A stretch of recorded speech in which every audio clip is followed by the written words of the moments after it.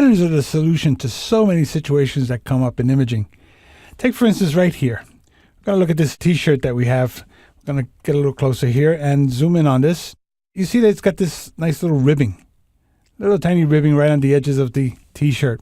Another file with a similar ribbing is this one here. Here we're looking at ribbing on the edges of the sleeves. All these nice little simple lines that also then wrap around the edges. Let's go in here and create that kind of a pattern. The pattern is simple. In this particular case, it's extremely simple. I'm just going to go in there and create a long vertical line like so. And we'll get in real close so we can see what's going to happen. And I'm going to fill that with a gray. We'll fill it with a nice deep gray like this. And I'll just go ahead and say fill with the foreground color. And there it is. Now, selecting this, there's where you're going to create the pattern. If I was to select it like this, well, this area here of white does become the pattern. So the next line next to this one would be way over here, and it would be a very wide rib. But in the case of a T-shirt or other cloths that have that kind of a texture to them, the ribbing is very tight. It's very close. It's almost the thickness of the threading itself. So I'm going to go in here and make a selection that's twice the thickness of this actual piece here. So let's get in real close so we can see what's going to happen here. We see the thickness of our rib right there and double the size right there. Now, you might want to have this even softer. So what I might want to do is to go in here and blur this just a little bit. We'll give it a little blur. Not a blur more, not a Gaussian blur, maybe a second one. Just to soften it up just a little bit. So now I'm going to go in there and select it from the center now. And I'm going to select it so that I have a selection right about like that. So now this space here plus this one will tell me how close it's going to be to its neighbors. Now it's just about twice the width of the line itself, which means these lines are going to be fairly close to each other. I came on this side because of the fact that I do have this anti-aliasing on this edge caused by the blurring. So now that I have that selection right there, and that's all I need to select. I don't need to select the entire line. I can select a small portion of it. I'm going to go in there and say define pattern. And you notice how it's showing me the pattern. It's just one pixel slice because it's all continuous. So it doesn't need to have all that information. It just looks like one pixel slice right there. And click OK. So now that we have that, I can throw this away. We don't need to see this anymore. I didn't put it in a layer, but that's OK. We'll just go in there and say select all, delete it, do the background color, and there it is. So now let's pull back. And I've got a couple of paths here that make up the top of a T-shirt. So let's go in here and pick a color for our T-shirt. Let's say a slightly off-white like that. I'm going to select that path now. This is the path right here for the T-shirt itself. And in a layer, right on top of this, we'll call this shirt body. That way we know that this is different from the collar. And I'll go ahead and fill that path with that tone. So now I'm going to select this part of the collar right here. And I'm going to create another layer. And I'm going to call this layer collar left. And I'm going to go ahead and fill it with that color there too, just so that we have some tone inside there. I'm going to select this one and create another layer, which of course we're going to call collar right. And fill the path with that tone. So now we have these basic shapes. We can turn off our paths. We no longer need them.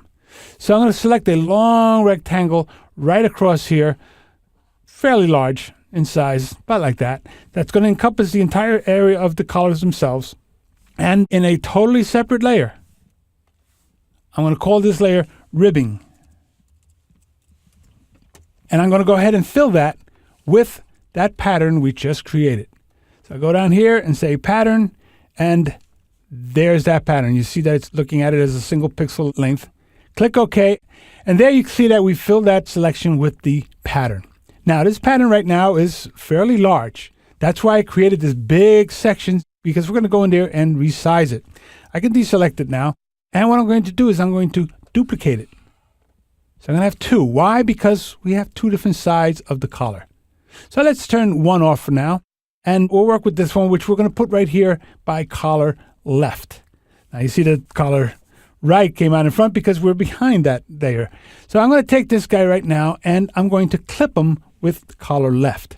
So So I'm going to click on it right there, and we can see that it's now contained inside of that area. So now we're going to go in there and distort this to get the effect that we want. And I'm going to do that by warping it, because warping is going to give us the ability to go in there and make all kinds of transitions to this. So I'm basically going to warp it to follow the shape of this collar. So you can see I'm pulling these handles up so that I got that edge like that. I'm going to bring this one down, way down here like this, and then bring these handles over so that they match where I'm traveling. Set that up and bring this guy over this way. And this long one here we're going to bring down. Bring this one over. And you can see how we're starting to distort our little collar here so that we get the angles that we want. And then we're going to have to bring these handles in. Here I'm actually working with the points themselves, the shapes inside. I'm going to keep moving these until I have the right angle. See, there's the angle that I needed right there. So I'm going to twist this around. I'm going to bring this over. Now, I got a concentration here, so I'm going to move these so I start getting the concentration on the other side. So let's just move these guys around until I'm starting to get the right angles that I want. Here I want it to be fairly straight up and down, so I'm going to pull this guy way up like this so that they start to curve on that side. And I'm going to kind of straighten these out. So you see, I'm doing this all visually, and I haven't done anything. I haven't committed anything to the image yet until I click OK, and this all falls into place. So you can see I'm constantly modifying this until I get all the right angles that I want. So I'm curving this up a little bit right in there to follow that little curve. Okay, and I got these guys going straight down, and I'm playing around with it until I have it just the way I want it. And there's what I want. So now I hit return, and I get the little ribbing, which I'm now going to put this into a mode. Because right now we have that white showing through, and I'd like it to be that other tone underneath. So we'll try a few different modes. Like we can try screen, which is going to give us just the light tones in there. No, maybe we want to do multiplied. No, that's going to darken it too much. So we might want to go in there and, in fact, you know what? The multiplied does look good because I do want to emphasize the dark tones and leave the grays of the t-shirt to come through. So to make it blend in better, I'm simply going to bring down the opacity. So I'm lowering the opacity to just get that little hint of the ribbing in there. Now, once we start adding a little texture to this later, as you'll see in a minute, this will all start to really come to life. Now we're going to look at this ribbing, which I'm going to do the same thing. I'm going to clip it to the collar on the right. So I'm going to select that layer. And as I did before, I'm going to go in there and say warp. So I'm going to say transform, warp. And I'm now going to work with this layer, which I'm going to do the same thing. I'm going to drag these points down to start to match the area of the collar itself. Now, when I drag the points, you notice that the handles remain in place, which is giving me this really distorted thing. So I need to, of course, grab these handles and bring them back into the scene like that so that they start to match the way they should. And let's bring these guys over and this one over. And now let's start to give it that shape. We're going to start to straighten this out just as we did with the other side. I'm going to pull these out and bring these guys way up so that they start to match our t-shirt on this side. And let's just play with these little handles until I start getting that little curve that I need up there. There's that little curve. Bring this around. And this one needs to be a little straighter. So let's just straighten this out a little more right through there like that. That looks good. A little bit of a curve. There, we see it. But I want to thicken this side. So let's just pull these guys out.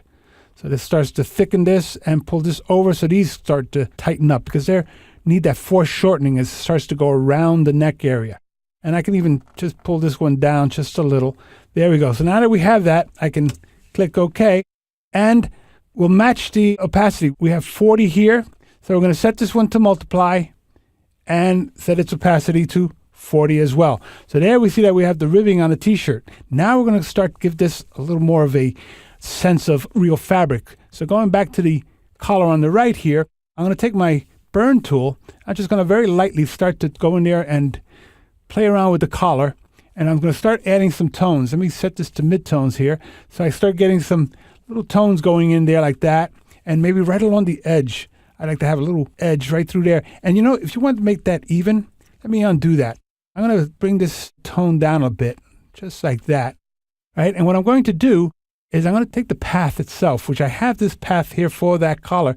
I'm going to select the path, and I'm going to say, use that as a guide for my burn tool. So I'm going to just say, go in there and burn it. You see how it just created that little edge right where I wanted it?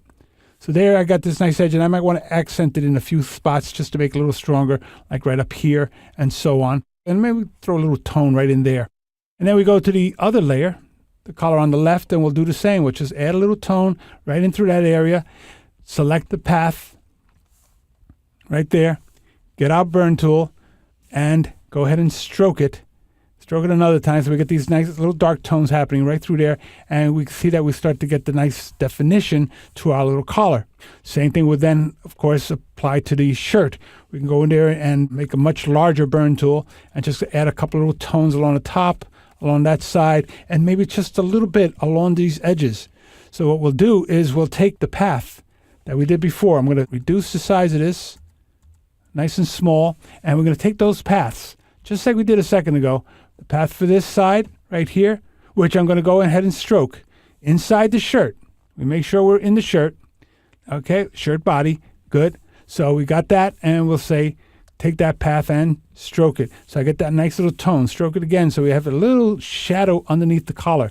We select this side and we say, stroke it, stroke it. And there you can see that we're starting to get this nice little definition to our t-shirt. You can add as much more as if you want, but there you can see how we've used the pattern to create that little bit of fabric that you see along the collar.